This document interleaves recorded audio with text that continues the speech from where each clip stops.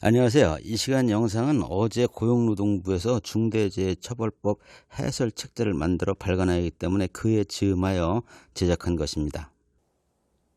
내년 1월 27일 중대재해처벌법이 시행됩니다. 종업원 50인 이상인 회사나 공사 금액이 120억 원 이상인 건설 현장에서 한 명 이상의 사망자가 발생하거나 6개월 이상 치료를 필요로 하는 중상자가 2명 이상 발생하거나 1년 이내에 급성 중독 직업병자가 3명 이상 발생하는 중대산업재해가 대상입니다. 최고 경영자 개인이 1년 이상의 징역이나 최고 10억 원의 벌금에 처해집니다. 징역형과 벌금형이 병과될 수도 있습니다.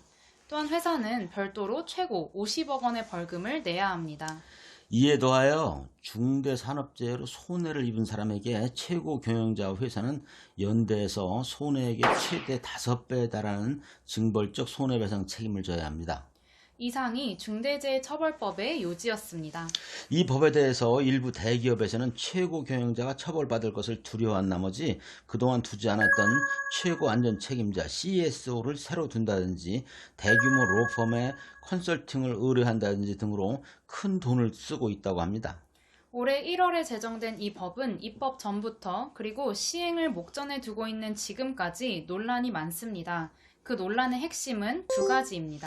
우선 하나는 사망과 같은 중대재해는 70% 이상이 종업원 50명 미만인 중소영세기업에서 발생하고 있는데 정작 중소영세기업 적용은 3년 후로 미루어져 있고 그 중에서도 산업재해에 특히 취약한 5명 미만인 영세사업자에는 이 법이 적용되지 않는다는 것입니다. 다른 하나는 법에 정한 최고 경영자 의무의 범위와 내용이 광범위하고 모호하다는 점입니다. 그래서 귀에 걸면 귀걸이, 코에 걸면 코걸이식 법 적용으로 경영활동이 크게 위축될 것이라는 우려가 있습니다. 그리고 내년에 법이 시행되면 산재를 둘러싸고 지리한 쟁송이 엄청 많아질 것이라고 법조계에서는 전망하고 있습니다. 업계에서는 면책 규정을 두어야 한다고 주장합니다. 우리와 유사한 입법례가 있는 영국에서는 회사만을 벌금형으로 처벌하고 경영자 개인 처벌 규정은 두고 있지 않습니다. 이러한 우울한 전망과 우려에도 불구하고 중대재해처벌법이 제정되어 시행되는 배경에는 우리나라의 산업재해가 심각하다는 현실이 있습니다. 작년에 산업재해를 입은 사람은 모두 10만 8,379명이었습니다. 사망이 2,062명이었습니다. 특히 사고로 인한 사망이 882명이나 돼서 휴일을 포함해서 매일 2명 이상이 사고로 죽고 있는 실정입니다. 우리나라는 경제협력개발기구 OECD 회원국 가운데 가장 높은 근로자 산재 사망률을 기록하고 있어 산재왕국이라는 오명을 쓰고 있습니다. 이는 영국에 비해 20배 높은 실정입니다. 선진국이라고 왜 산재 사고가 없을까마는 같은 산업재해라고 하더라도 선진국은 직업병으로 인한 사망자의 비중이 큽니다. 그런데 우리의 경우 사고로 사망하는 소위 후진국형 사고가 많은 실정입니다.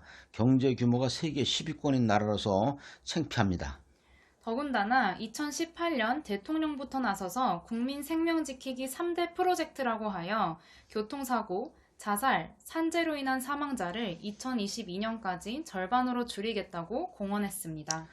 안전감독관을 400명에서 800명 이상으로 2배로 늘린 상황인데도 산재 사고 사망자는 외려 증가하고 있습니다. 최근에 환경, 사회적 책임, 지배구조를 강조하는 ESG가 기업 경영의 중요한 요소가 되고 있습니다. 이에 한국거래소는 기업의 산업재해 실상과 대책을 공시하도록 권장하고 있습니다. 뿐더러 대법원과 헌법재판소에서는 근로의 권리에 일할 환경에 대한 권리도 포함되며 근로계약에 명시되어 있지 않더라도 종업원의 안전과 건강에 필요한 조치를 취하는 것은 사용자의 배려 의무에 당연히 포함된다고 누누이 설시하고 있습니다. 이제 기업은 경영의 패러다임을 획기적으로 바꿔야 합니다. 이제까지는 종업원의 안전과 건강이 최고 경영자의 관심에서 후순위였다는 것이 솔직한 고백일 것입니다. 사고와 같은 산업재해는 한 개인의 관심과 노력으로 근절되지 않습니다. 기업 차원에서 살피고 대응해야 합니다. 일하는 사람의 안전과 건강에 해를 끼칠 가능성이 있는 위험 요소가 무엇인지 확인하고 이를 제거, 대체, 통제하는 시스템을 갖추고 꾸준히 개선하는 노력을 경주해야 합니다.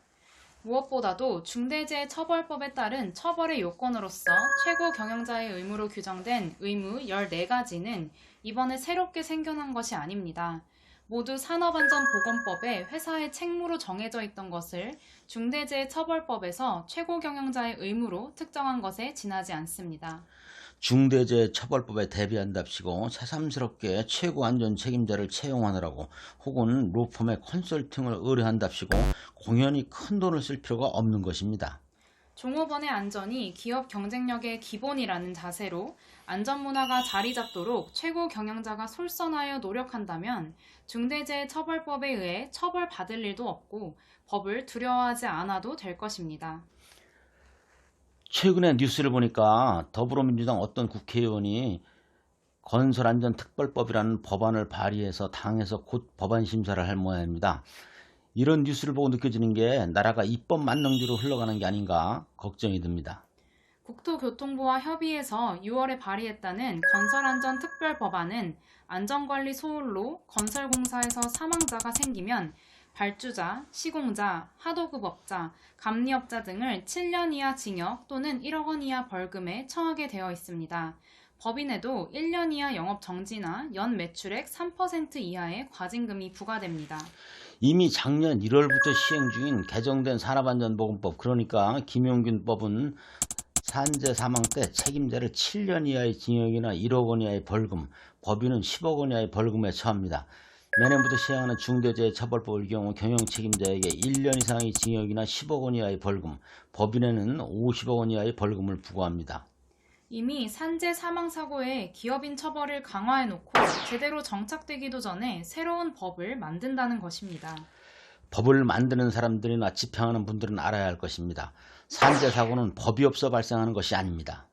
왜 경제적으로 선진국 단계에 들어선 우리나라에 산재 사망자가 이다지도 많은지 근본부터 살펴보는 노력이 아쉽습니다. 산업안전이나 산재 사고에 대한 근본적인 시각의 변화가 요구되는 시기라고 하겠습니다.